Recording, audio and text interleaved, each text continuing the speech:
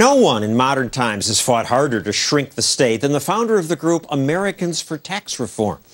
He won me over when he was quoted saying, "I don't want to abolish government. I simply want to reduce it to the size where I can drag it to the bathroom and drown it in the bathtub." The man who said that, Grover Norquist, joins us now. So what did you mean by that? And you took some heat for saying drown it in the bathtub. Well, it's a comment on the size of government. One wants a government that's small enough to be controlled by the American people, not the other way around. There's a proper role for government, keeping the Canadians on their side of the border. But we don't want them pushing us around, telling us what to do, picking our pockets, running our lives for us. So you want it small enough to drown it in the bathtub, but yes. You don't want to actually drown exactly. it in the bathtub. See, this is the voice of moderation speaking, yes. And to advance that, you try to form these coalitions of different kinds of conservatives, and you call it the Leave Us Alone Coalition, and that's the name of your book, and we're giving all of you a copy of this, by the way. The subtitle is Getting the Government's Hands Off Our Money, Our Guns, Our Lives. That's sort of an odd list there. Well, the New York publisher didn't want to say guns, so I insisted we had to have it. Look, the goal is you put together a coalition of people, each in for their own reasons. Some people, 2% of Americans, homeschool their kids. Most important thing in their life, major sacrifice.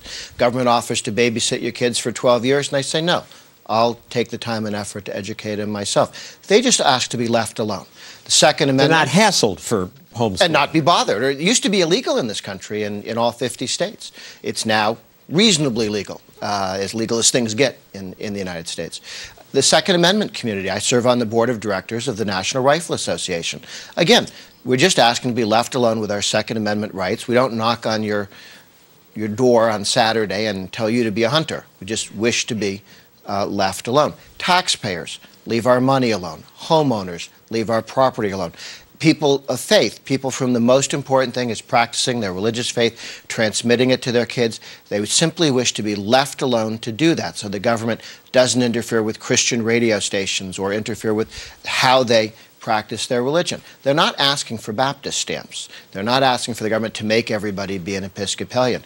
So people who don't agree... Some of them are. Oh, I guess not in your coalition. Well, I would argue that, look, around the table, people are there on their vote-moving issue. If you get beyond that vote-moving issue, some of the people who vote correctly on guns have what I consider the oddest views on free trade with China. But they vote on the Second Amendment issue, and they're part of the Freedom Coalition.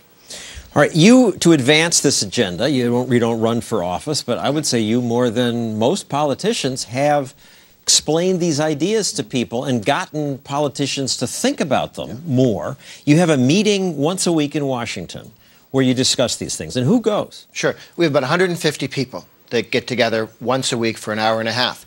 Again, people from business groups, from taxpayer groups, Second Amendment committee, all sorts of various groups of people who are there because on the issue where the government interferes with them, comes into contact with them, the one thing they want is to be left alone.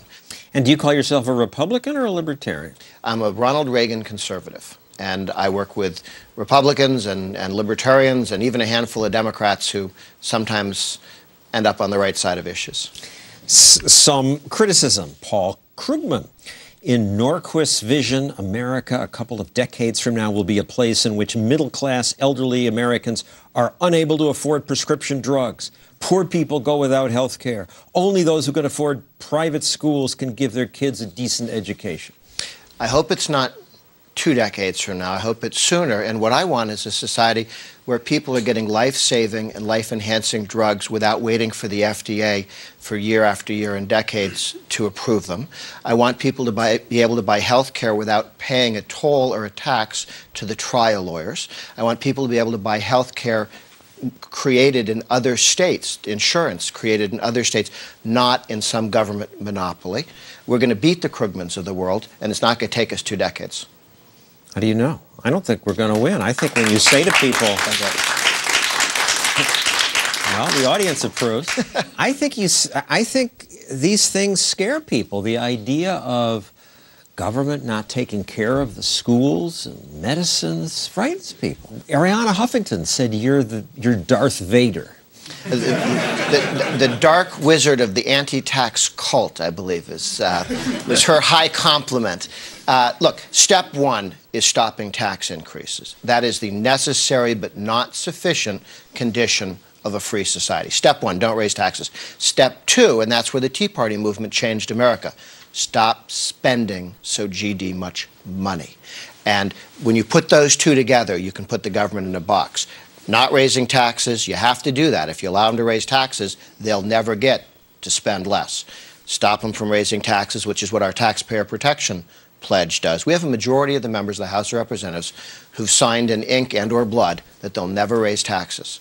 But that hasn't been enough to stop the spending and increasing the debt. Well, I used to believe you could starve the beast, but the beast kept borrowing money. Step one. Step two was to create a coalition that actually focused on spending. Until you had the Tea Party movement, that didn't exist in American politics. There was no entity, no group that said this spending is my imagination. This is new now. Something's changed. It's massive. It is a huge change. Without that, there was like a big gaping hole in our defenses because the other team would do that. We won't raise taxes. We'll spend too much. There's another zone, and that is the regulatory one. You spoke about that a little bit earlier. If they can't tax you, if they can't spend it, they can regulate it. We have to have three different defenses because you got to stop them from taking your money, stop them from spending too much of it, and stop them from regulating the way they do. Now, I would think Leave Us Alone would be a coalition that would appeal to everybody, but you even tick off people on the right. Michelle Malkin talks about the Norquist problem in one column. He says you're too cozy with the left. Well, I think we certainly disagree. She wrote an entire book on the wonders of putting Japanese people in concentration camps during World War II. We don't quite agree on that issue. But you do build coalitions where you can. And I like some of your chapter titles in here. Bambi is getting safer, muggers less so.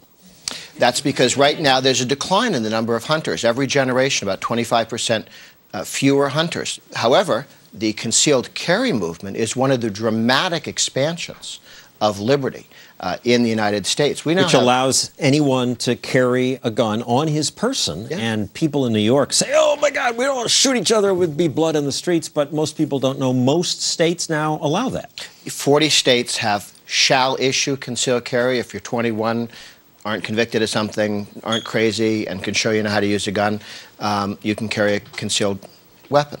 And, as John Lott and others have pointed out, crime fell in all states following the creation of concealed carry laws. Because the mugger is afraid that the guy he's mugging might have a gun. Another chapter title, Back to Europe or Forward to America.